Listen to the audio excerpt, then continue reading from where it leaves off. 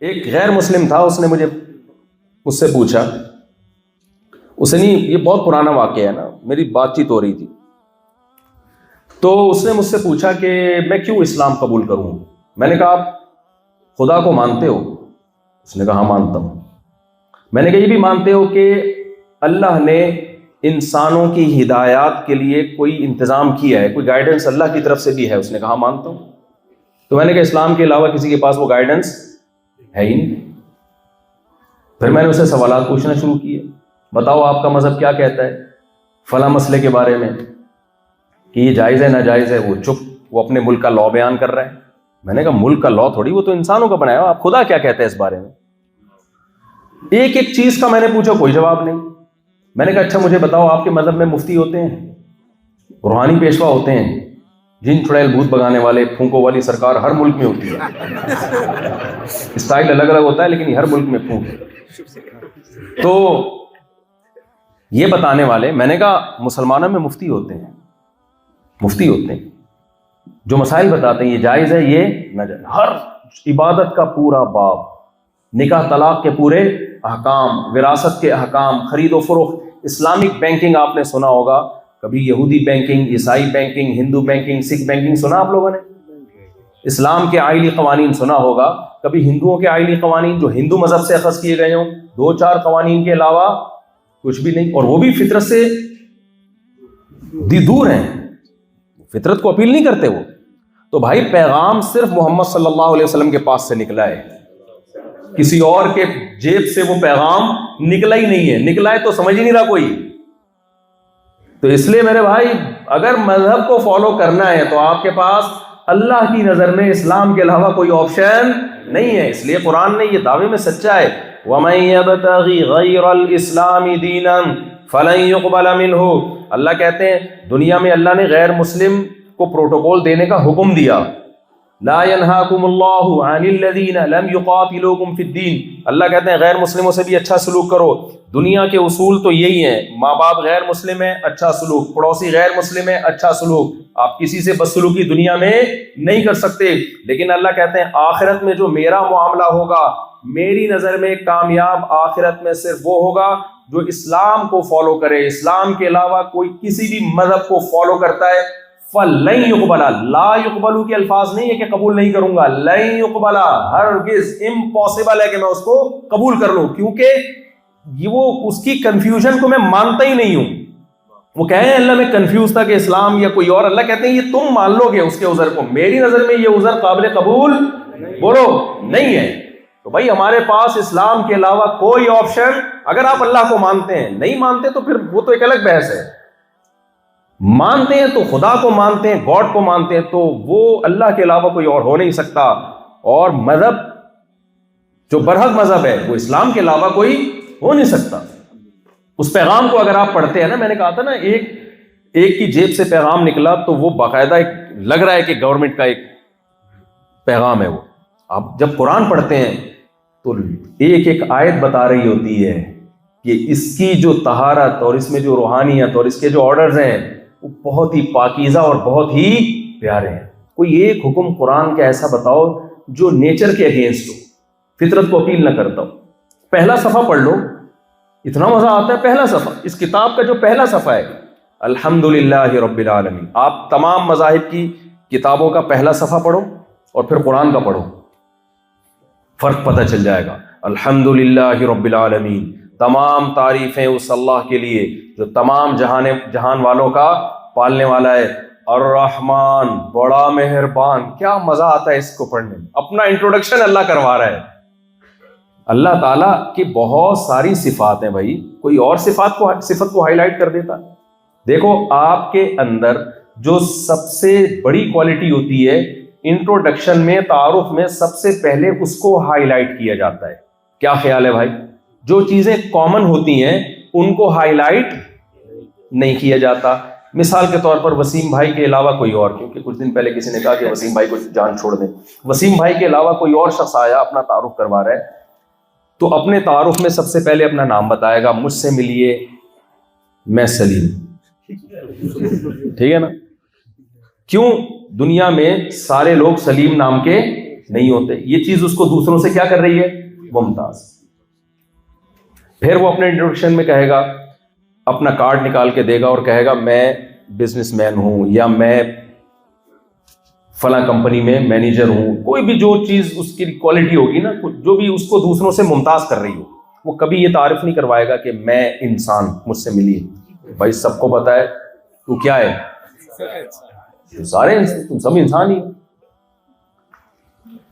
تو کبھی بھی ایسی چیز کو ہائی لائٹ نہیں کرے گا جو کیا ہو، ہمیشہ ان صفات کو ہائی لائٹ کرے گا جس کی یا تو ضرورت ہو یا اس کی نظر میں ان صفات کی بہت زیادہ ویلیو ہو، جو وہ سمجھتا ہو کہ یار یہ میرے اندر ایک کوالٹی ہے.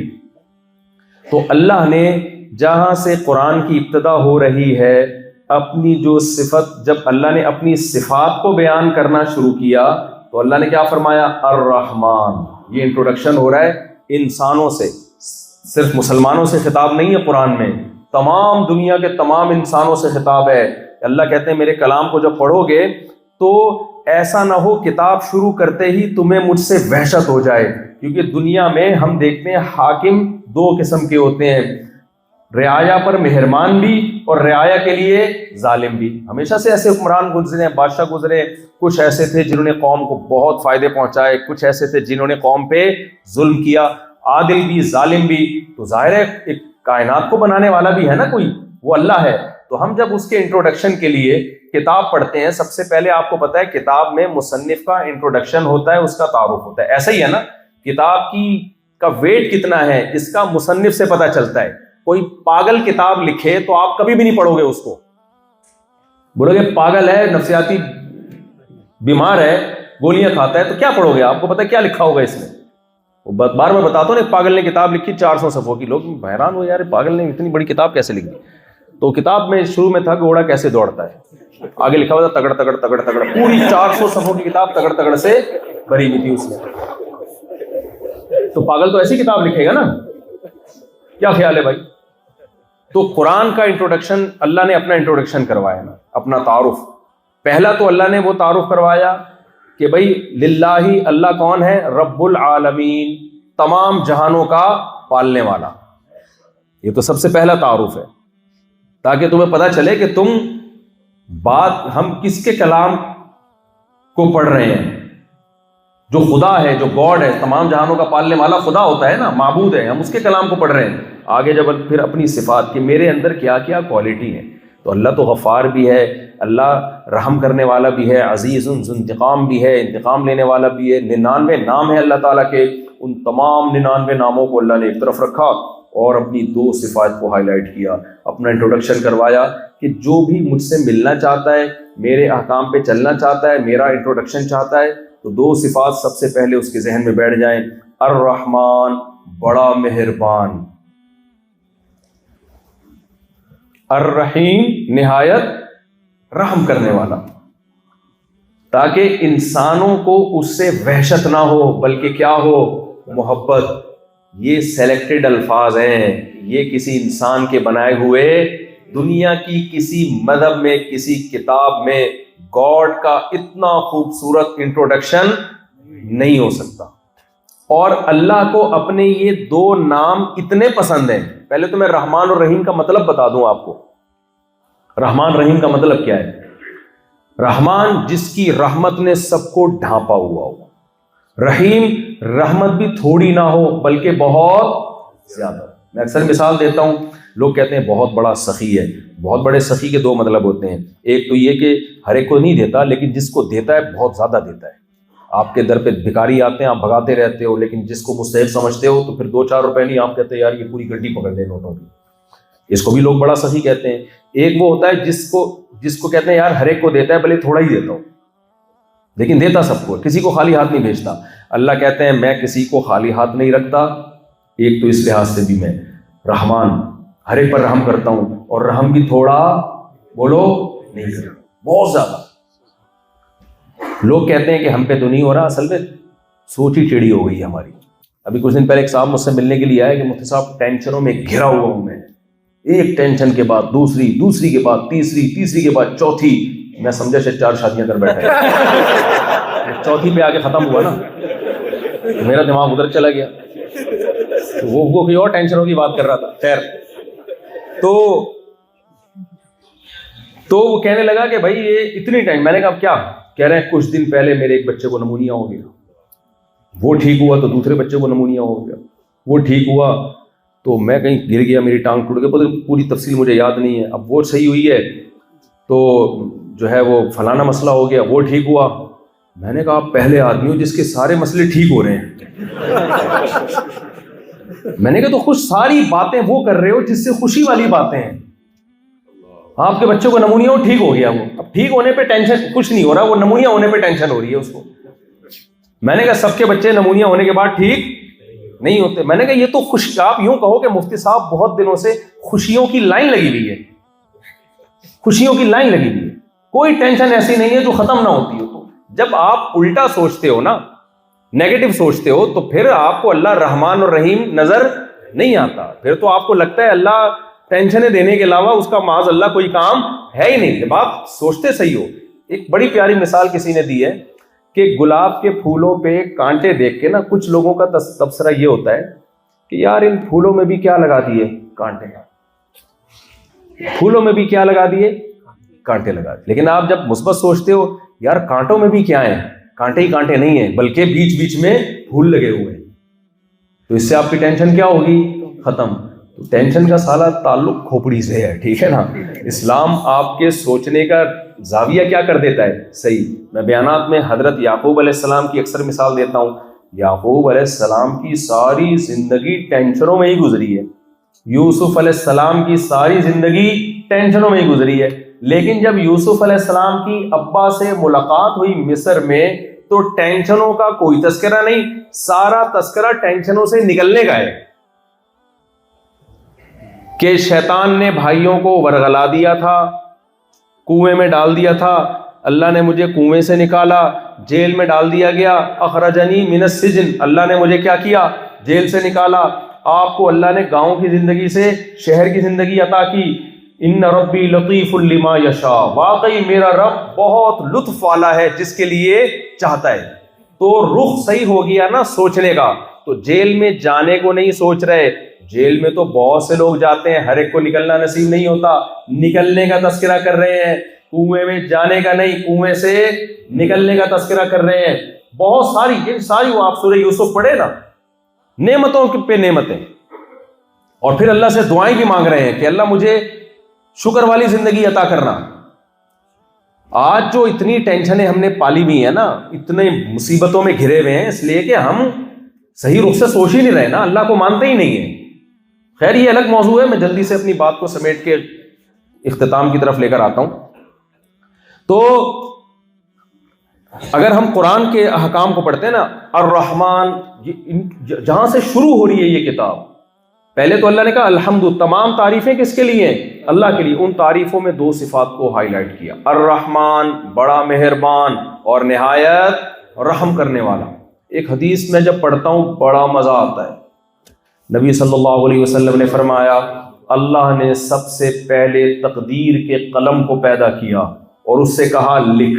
جب اللہ نے کائنات کو بنانے کا ارادہ کیا نا, تو جیسے کوئی ملک بنتا ہے تو سب سے پہلے آئین بنتا ہے نا اس کا, بھئی یہ ملک کن اصولوں پہ چلے گا. اس آئین میں کچھ شقیں ایسی ہوتی ہیں جو قابل تبدیل ہوتی ہیں, کچھ شقیں ایسی ہوتی ہیں جو قابل تبدیل نہیں ہوتی. جیسے جب پاکستان وجود میں آیا نا, تو اس کی بنیادی جو شق ہے وہ یہ ہے کہ یہ اسلام کے نام پہ بنا ہے, اس میں قرآن و سنت کے خلاف کوئی قانون نہیں بنے گا. یہ ایک آئین کی ایسی شق ہے جسے اسمبلی میں 100% افراد مل کے بھی چینج نہیں کر سکتے.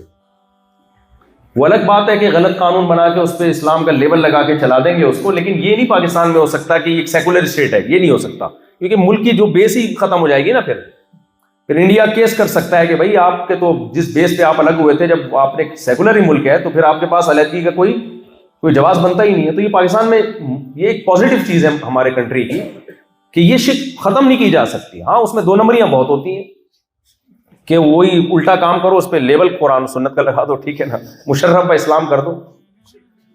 جیسے آپ چرس پینا چاہیں نا, اس کو مشرف با اسلام تو اینٹی ڈپریشن ٹیبلٹ لکھ دیں اس کے اوپر, اس کو پاؤڈر کے بجائے ٹیبلٹ شکل میں بنا دیں تو اینٹی ڈپریشن لکھ دیں, تو وہ کیا آئے گی, کوئی مفتی بھی نہیں کہے گا بھائی اینٹی ڈپریشن, تو اور ڈپریشن ختم بھی ہوتی ہے. ظاہر ہے تبھی تو لوگ چرس پیتے ہیں تو حدیث میں آتا ہے قرب قیامت میں لوگ شراب کا نام تبدیل کر کے کیا کر دیں گے، اس کو حلال ہونے کا فتویٰ دے دیں گے۔ تو حدیث میں آتا ہے نبی صلی اللہ علیہ وسلم نے فرمایا اللہ نے جب اس کائنات کو بنانے کا ارادہ کیا تو سب سے پہلے کیا بنایا، یہ ہمیں سمجھانے کے لیے قلم، کہ بھئی لا لکھا جائے نا، کن اصولوں پہ اس کائنات کا نظام چلے گا۔ تو اللہ نے جو سب سے پہلا لا لکھا ہے نا، اس قلم سے کہا لکھ۔ اس نے کہا کیا لکھوں؟ تو اللہ نے فرمایا کہ لکھ سبقت رحمتی غضبی، میری میں ہمیشہ یہ حدیث پڑھتا تھا اعلیٰ غضبی، اعلیٰ کا لفظ نہیں ہے، مجھ سے غلطی ہوئی ہے کیونکہ سبقت بغیر صلہ کے متعدی ہوتا ہے۔ سبقت رحمتی غضبی، میری رحمت ہمیشہ میرے غضب پہ غالب رہے گی۔